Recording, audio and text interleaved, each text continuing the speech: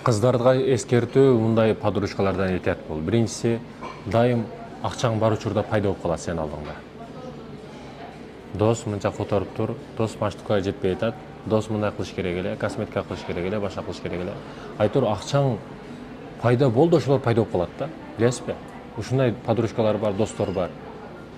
Акча келип калды бир жерден. Аларды эч билбейсиң, ал чөлдө жүрөбү азыр, каякта талаада жүрөбү билбейсиң.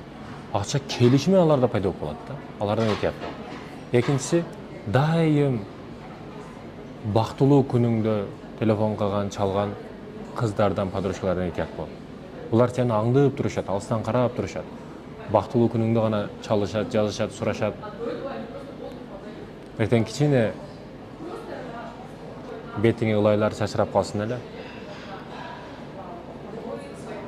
Эртең кичине жүзүңө бензин куюлуп калсын эле. Күгүрт издеп, жажгалка издеп жөнөшөт. Өртөп салайын мынаны деп. Ошо дайым бактылуу күнүңдө чалат, жазат. Акча болгондо гана пайда болуп калат. Мындай достордон этият бол.